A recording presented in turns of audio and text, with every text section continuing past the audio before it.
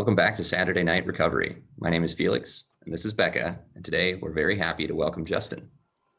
Justin, hello and welcome. Hello, thanks so much.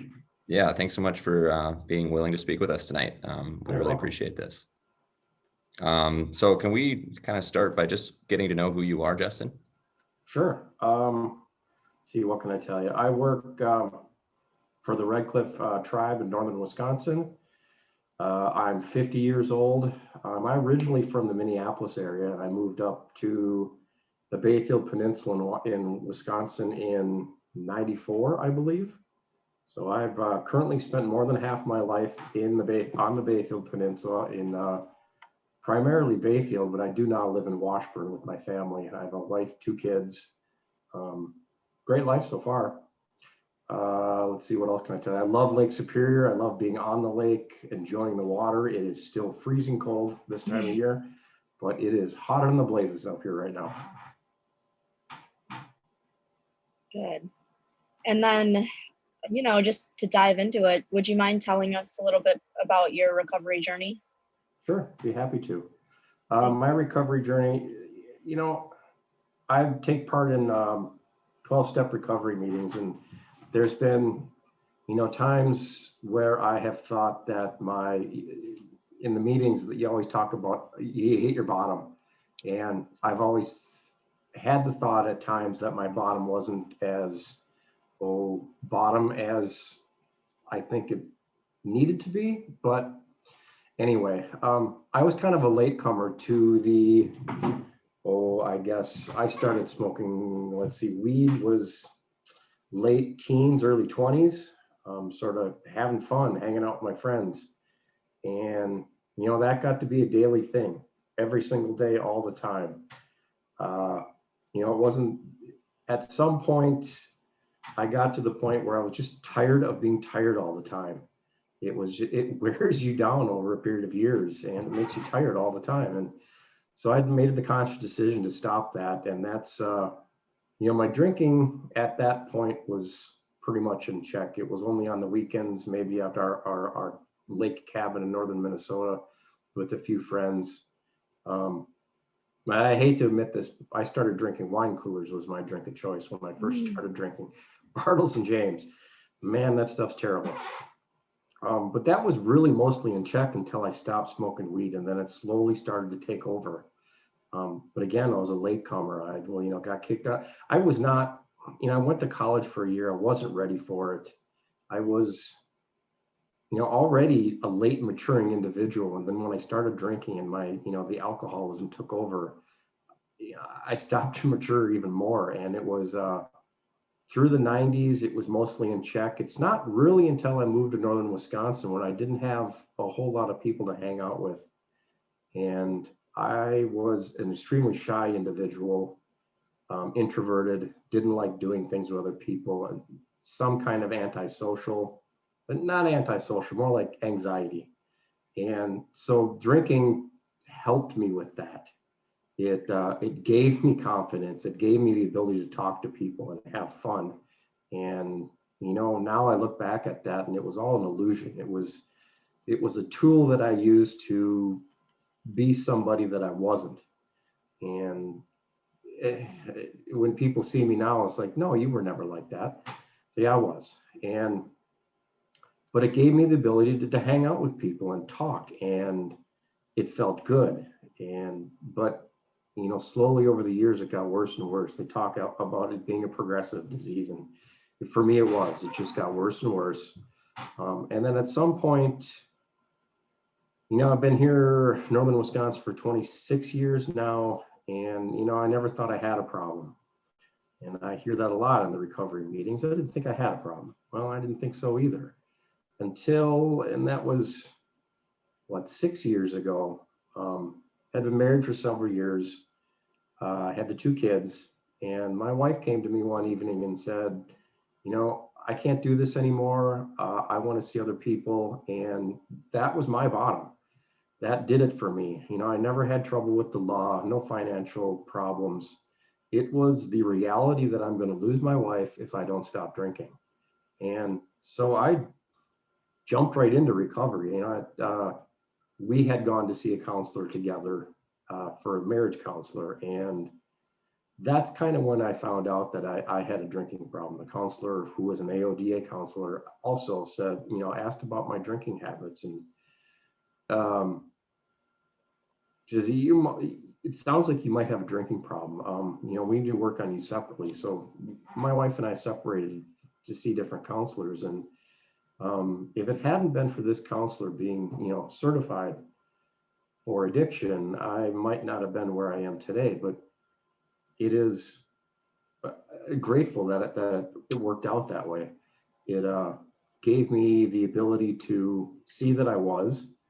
And so I went to an AA meeting, and that first meeting that I went to scared the crap out of me. God, it was so uncomfortable, but I never felt judged or unwelcome, I guess. And from there, I just jumped into recovery. I took it seriously. I did what was asked of me, but I initially did my recovery for my wife and my family. And I know you hear that, you need to do it for yourself.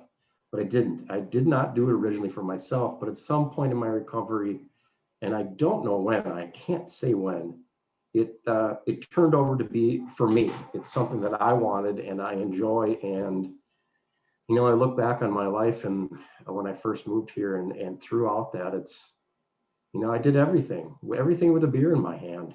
I put a lot of time and effort into making sure that I had a drink no matter where I was going. Plenty of times that I've drank, drove. And there's something my wife's always said to me, there's not times in our relationship that, she'll mention something and I don't have any recollection of that whatsoever. But I also don't have any recollection of having any blackouts in my life. But that, I guess, is the whole point of a blackout. I didn't think I had any, but there are periods of our life together that I don't remember at all. And, it was causing a problem between the two of us at some point. I felt like she might be making it up that I don't remember. How can I not remember it? But that's a part of my drinking that I think has affected me the most, is just the fact that I do not remember aspects of our life together that, I feel really bad about that. And the amends that I need to make, I didn't have a lot of amends to make. And I don't know if it's okay to say this, but I'm an AA'er. I've always jumped right into the program. I would freely admit that I love AA and that it's part of my life, as is recovery. I forgot where I was going with that. But that's kind of where I am at now. It's been 6 years sober. It's been the 6 best years of my life. I don't have to, there's no more hangovers. There's no more, it's good to be sober. It's great.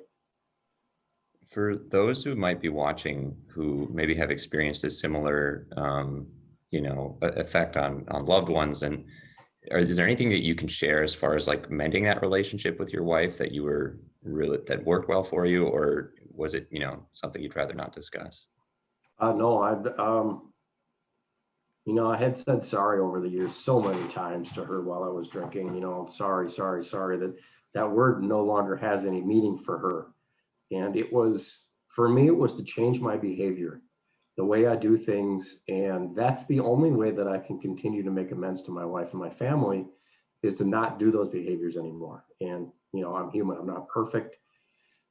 There are times when, yes, those behaviors sometimes come out, but now, because I'm in recovery, I have the ability to apologize.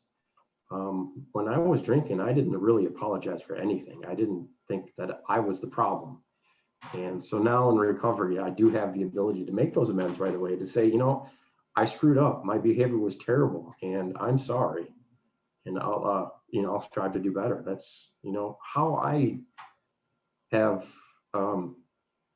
given back to my family, just to be there for them. Yeah. You said you've been in northern Wisconsin for about 26 years now. Mm-hmm. This is kind of a two-part question, but how do you feel that, the drinking culture of Wisconsin in general, northern Wisconsin especially, has contributed, to your time using, as well as how do you combat that now during your recovery? And that had a big impact on my drinking. Being in northern Wisconsin, it is a small populated area. Winters get very long up here. Drinking is something that is done, it's kind of ingrained in your, from high school on. If it's ingrained in you, that's, there's really nothing else to do as a teenager, early 20s. There's nothing else much to do other than, go out and hang out with your friends and drink or party. And yeah, that contributed huge. That's a challenge that we have going on here now in, what I do is to try to break that culture a little bit, with the sober graduations and just getting our name out there, that there are options. There are other things for you to do other than drink, but it is a challenge. Yeah, I mean, I don't want to even say that that's necessarily a northern Wisconsin thing. I think we down here in Madison have enough of a culture around that as well. As far as though you touched on mentioning how important it was that you had an AODA counselor, do you see that as more difficult to access, especially in a rural setting? And like, do you know if there's any particular ways, what are the best ways for folks, especially in the rural setting, to get connected to a counselor that can actually provide those services? We have a lot of recovery up here, but I feel that it's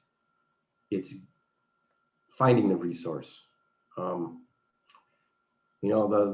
Red Cliff Health Clinic, we have 3 AODA dual diagnosed counselors, but they're so filled up. Everybody, if you want to go see a counselor, you got to be put on a wait list, which is a challenge. There's some in Washburn, 12 miles away, and then Ashland has, the behavioral health unit. But again, it's hard for somebody that might think that they need help to find the resource, I think.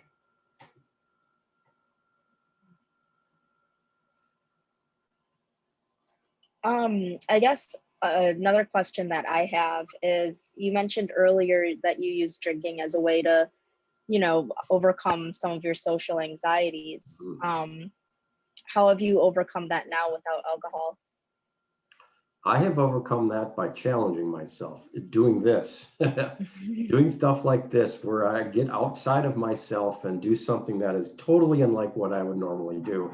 It has challenged me and showed me that I could do it. Before I entered recovery, I would have never done anything like this. Had I not been forced to leave the profession that I was in, I wouldn't be doing what I'm doing now as a recovery coach and a peer specialist. I think for me, that's how I challenge my introvertness, is to challenge myself and do things that just I feel uncomfortable doing. And I think that's really important. If you don't challenge yourself, you're not going to grow. And the whole growth is, when I was drinking, I didn't think I needed to grow. I thought I was right where I needed to be. And I was fine with who I was. But, you need to grow. And that's kind of, as us humans, that's part of life, is to grow and learn and challenge yourself. You said you were, do you fish on Lake Superior at all? I don't know. I do not. Okay. Shoot. Do you fish not on Lake Superior at all? And I do fishing at our cabin in northern Wisconsin. It's not a Okay. small lake, but yes, I do fish there. But I just Okay. don't have the facility of the boat to go Yeah. out and fish. Yeah, you don't want to get caught out there with a craft that's not suitable. No. What I was going to ask is how much something, fishing and being an example, but any hobbies or other activities that you've had that have sort of been really helpful in your recovery, that there's something that you've been able to focus on and flourish, as you were talking about growth? Let's see. Yeah, I picked up maybe a couple years ago doing working with paracord, making bracelets, keychains. I wouldn't say I've flourished, but it's something that helps me focus, keep my mind off of things. It's kind of relaxing, a little bit stressful, but I don't know. For me, it's always been, mowing the lawn, taking care of the house. That kind of stuff keeps me focused, and I don't know, I enjoy it. it calms me down, lets me just sort of get rid of the stress and concentrate on something. Whatever I can do to just concentrate on something is what's always been good for me. I do enjoy paracord though. Awesome. So what have you found, the single greatest, resource or support that helped you turn things around? The single greatest resource that I found was listening to people in recovery meetings. They have so much knowledge of recovery and how they've handled challenges in their life. Currently, I don't have really any problem with drinking anymore. That's not something that I think about. What I have difficulty with is life, is living. And that is my most important resource. It was listening to the individuals in the recovery meetings of how they've handled challenges in life. I still go to meetings, even 6 years, there's people like 40 some years that still go to meetings. For me, that was the most important resource that helped me through my recovery and still does. A lot of them I know. I actually work with my sponsor. He's the one that pushed me to become a peer specialist. And, it's great to be able to get those connections. And listening is extremely important. There's times when, I think a lot of people, including myself, don't really listen. They are thinking about what to say. And it's the actual listening to what people say and learning from it is important for me. You say that as I'm trying to come up with questions to ask you, and here. Well, I actually thought it was really interesting what you just said was about, being you talked about how you used to think you didn't need to change. You were very comfortable with who you were. And then as part of, since you've been down this road of recovery, you've now talked about how, or you mentioned that you want to continually improve and grow as a person. So, I mean, that to me sounds like something that pretty much anyone, whether they're in recovery or not, could really benefit from. Oh, definitely. Do you see a lot of parallels, as someone in recovery, just to like the things that you've benefited from might benefit other people who maybe aren't even in recovery? Does that make sense? Yeah, I think it's important for everybody to do things that make them uncomfortable. And try as many things in life as you can. Don't get stagnant and feel that, I'm fine. I'm okay where I am. That's okay at some point, but you got to continue to challenge yourself in life and grow. And I think doing the things that make you uncomfortable is, I was always told as a kid that, do things in your life that make you uncomfortable. And, I didn't necessarily listen to that as a kid. And it took me a long time to understand that, yeah, those are the instances when we grow, when we're uncomfortable. And that's, I don't know if you know who Brene Brown is, but she talks about vulnerability. And I think that's essentially what it boils down for me is to your willingness to be vulnerable with other people. And it's extremely uncomfortable, but it's that willingness that I think you grow as a person. She does a lot of sports psychology, doesn't she? Does she do? I think she does. Yeah. I Okay. watched a couple TED Talks by her, and she's just amazing when it comes to all that vulnerability. I think I heard her on a podcast with Pete Carroll and Steve Kerr. They did a podcast last year. It's a good episode. I really recommend it. And then that's exactly what she talked about was vulnerability and how important that is in like even in a team dynamic, like a professional sports team or something like that. Yeah. It's really cool.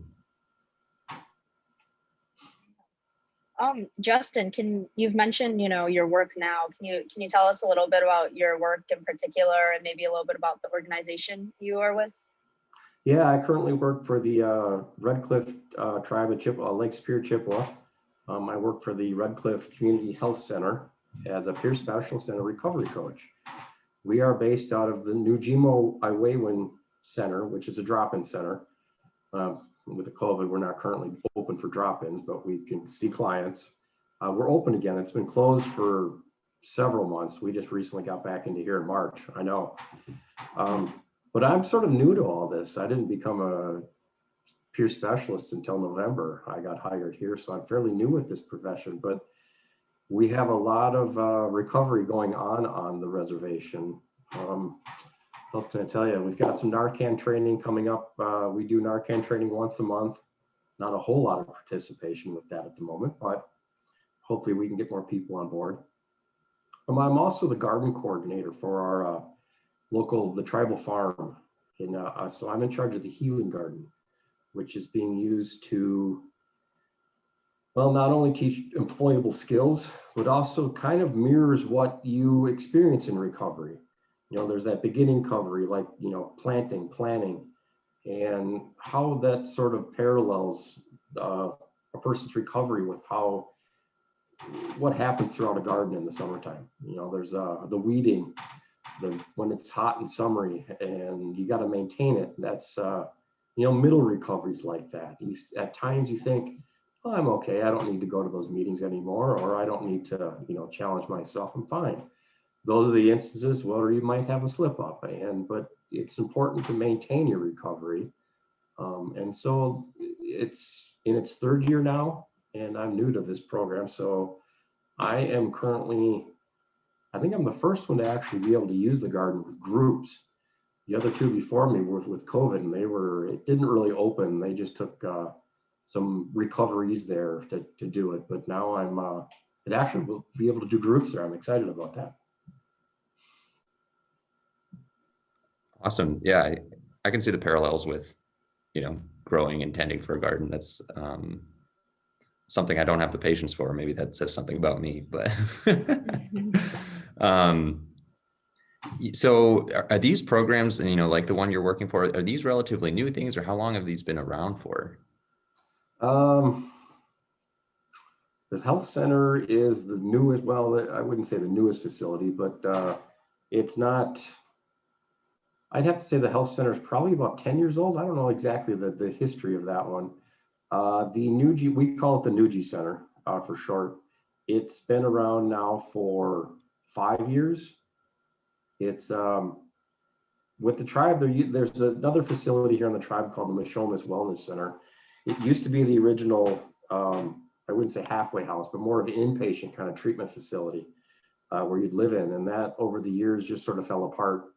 And so the things kind of got away from recovery for a while there. But with that back as a center for some of the other programs that the tribe has with the CCS program, and what else is going on with that? That's about all it. Everybody else has sort of moved into locations, but there's a lot of excitement with the tribe with adding new programs, and hopefully we can expand with the peer specialist or recovery coach. I know that is in the plans for the future, but yeah, it's really exciting. I love working here. It's great. So, sorry, Rebecca, I'm going to have one follow-up to that. I'm curious about as a peer specialist, is it important to find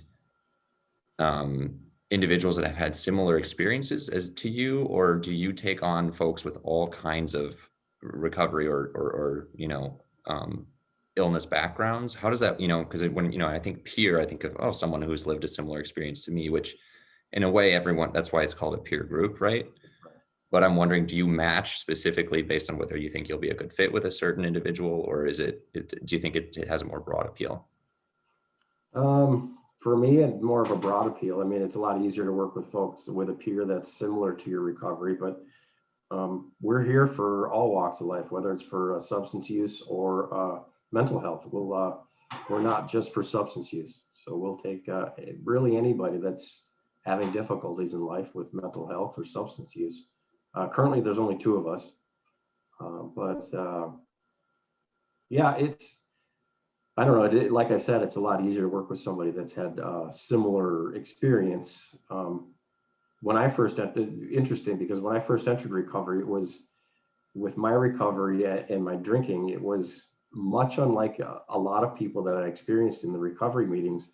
But I did finally meet one individual that had a very similar past with drinking, that it was, I was able to connect with them and kind of made me feel that, yeah, okay, I do have a problem. Because I doubted it for a while. because I wasn't like everybody else. You know, I really looked at the differences in recovery.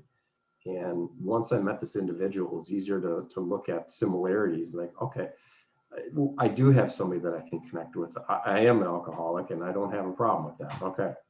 But yeah, that was really cool. And no, I mean, yeah, it is a lot easier to work with somebody that's similar, but I guess that we got to challenge ourselves. Boils down to that again, working with somebody that's not like you. It's, you know, it's how we grow and become better at what we do. Right. You know, just based on talking to you, even for this short amount of time, it's really clear to see, you know, how positive you are, and, you know, how you're using this opportunity for growth. On more of a downer side, what difficulties have you faced throughout your recovery?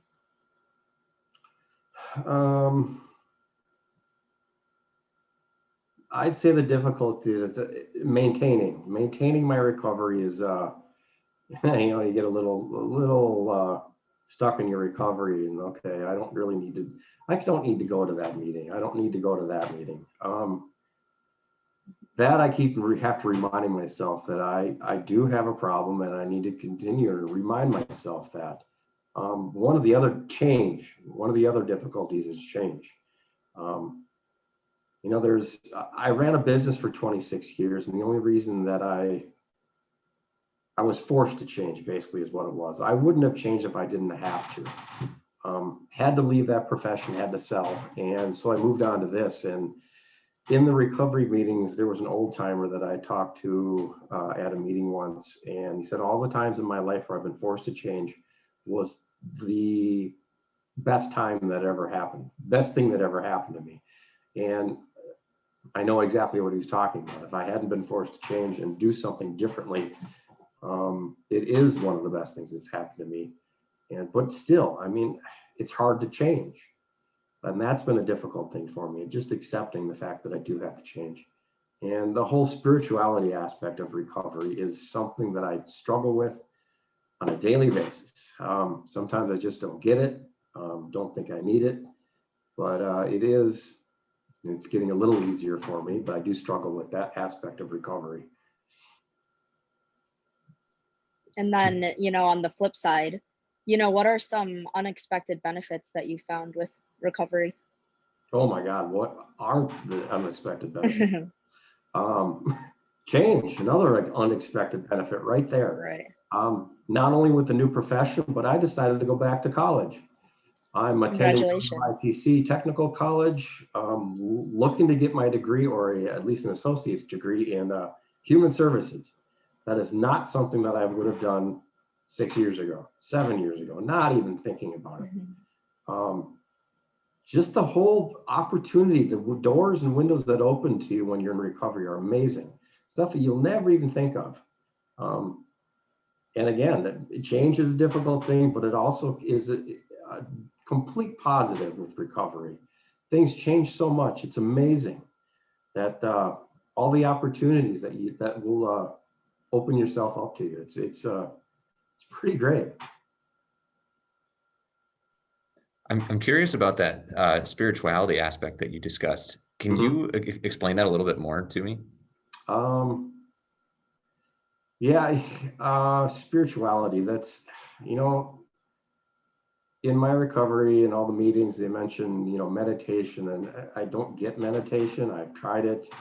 I don't know, I guess maybe the more I try to do it and practice it, maybe the more I get it. In AA, they talk about a higher power. You know, I'm willing to believe that there is something greater than myself in this life. What it is and how exactly to connect to that is the part of the spirituality that I struggle with. I am willing to accept that there's something greater than myself. I don't have a problem with that part. I did when I first entered recovery. I didn't really understand that at all. Because I think letting go of control is a big thing for an alcoholic. And that, for me, I guess that's the whole point of spirituality, is to let go of control and willingness to give it to something else. It can be whatever you want it to be. It can be nature, your car, whatever you want it to be. It doesn't have to be that quote unquote God that, you see if you go to church on Sundays. That for me, spirituality is much different than religion. And I guess the good thing about spirituality for me is that I don't have to understand it and I don't have to put a name to it. It's, for me, the challenge and difficulty is practicing it, I guess. Understanding how to practice it and seeing it in the daily life, in my daily life, of the moments during the day where you might say, oh, wow, that's amazing. That, but with my busy life, I tend to not see those all the time. So I guess, yeah, that's where my spirituality is at. It's something that I don't really pay so much attention to on a daily basis, but I try my best.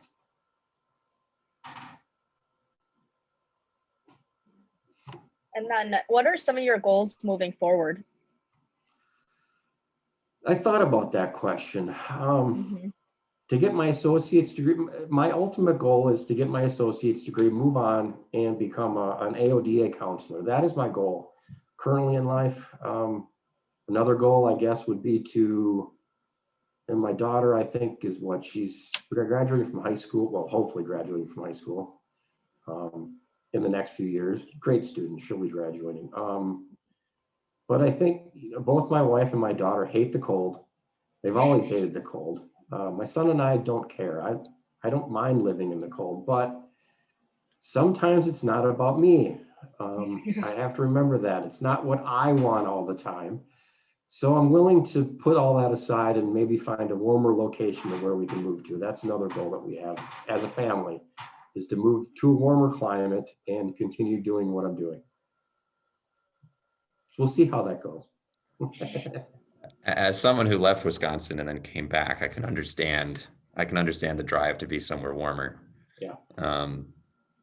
Any final thoughts you'd like to share before we end our discussion today? I guess I'd like to touch back on vulnerability for a bit. Just anybody that watches, just be willing to be vulnerable. It's the way to let people into your life and understand you as a person. And you can keep closed up and not talk. And that for me was really hard to make friends, to let people in, because I'm always afraid that if they see me for me, they're not going to like what they see and move on. And that's something that really has made me comfortable over the years. But with recovery, especially in the other people in recovery, it's so much easier to be vulnerable with them because we all share a common bond in recovery. We can go completely different, but we have one thing in common. We have that recovery aspect in our lives. And that's just what I'd like to touch on. Just willing to be vulnerable. That's how we grow. That's how we make friends. It's how we let people into our life and get to know us. All right. Thanks again so much, Justin, for your time today. I think all of us going forward can, think about vulnerability, change, and growth, to better ourselves. And to everyone watching, we hope you found this helpful. And thanks for joining this month's Saturday Night Recovery.